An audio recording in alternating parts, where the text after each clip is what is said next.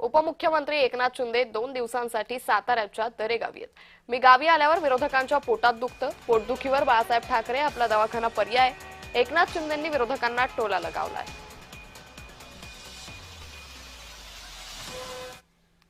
राज्याचे उपमुख्यमंत्री खरं तर दरेगावी आपल्या मुक्कामी आलेले आहेत आणि या ठिकाणी ते दरेगावी आल्यानंतर एकतर शांत बसत नाही. जसं राज्यासाठी ते 24 तास झटत असतात तसं दरेगावी सुद्धा आल्यानंतर ते शेतामध्ये आपल्या रमत असतात.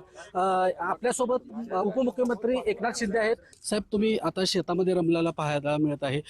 काय सांगाल, या ठिकाणी आपली मोठ्या प्रमाणात शेती केली आज मी इथं आलो तर आवाकाडूची झाडं लावलेली आहेत. बर, शेकडो हजारो आवाकाडूची झाडं इथं लागलेली आहेत आणि आवाकाडू देखील एक फळ जे आहे त्याला शेतकऱ्याला चांगले पैसे मिळतील या भावनेनेच आपण केलंय. इथे ही सफरचंदाची शेती आहे. हे सफरचंदाची सगळी लागवड आहे. तिकडे सफरचंद आपण बघितलं, या ठिकाणी सफरचंद आहे, आवाकाडू आहे, स्ट्रॉबेरी आहे, मलबेरी आहे, कॉफीची झाडं मोठ्या प्रमाणावर होत आहेत. पश्चिम महाराष्ट्र आम्ही पूल जोडतोय, काम चालू आहे बघा.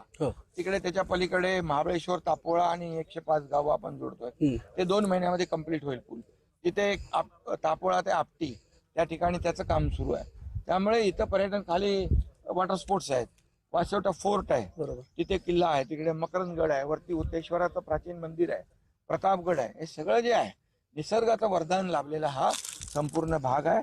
आणि म्हणून होमस्टे असेल, टेंट असतील, पर्यटनाच्या माध्यमातून या ठिकाणी तरुणांना रोजगार मिळेल. हजारो लोक होते, त्यांचे प्रश्न सोडवणं त्यांना सोपं पडतं, त्यांना मदत करणं. आणि इकडे आलो की हे सगळं तुम्ही प्रयोग बघता, वेगवेगळे प्रयोग आहेत. आणखी मी वेगवेगळे प्रयोग करणार या भागामध्ये, कारण या भागामध्ये गट शेती जर केली तर शेतकऱ्यांना मोठ्या प्रमाणावर पैसे मिळतील. कॅमेरामन मंगेशसह मी प्रकाश शिंदे, जय महाराष्ट्र, सातारा.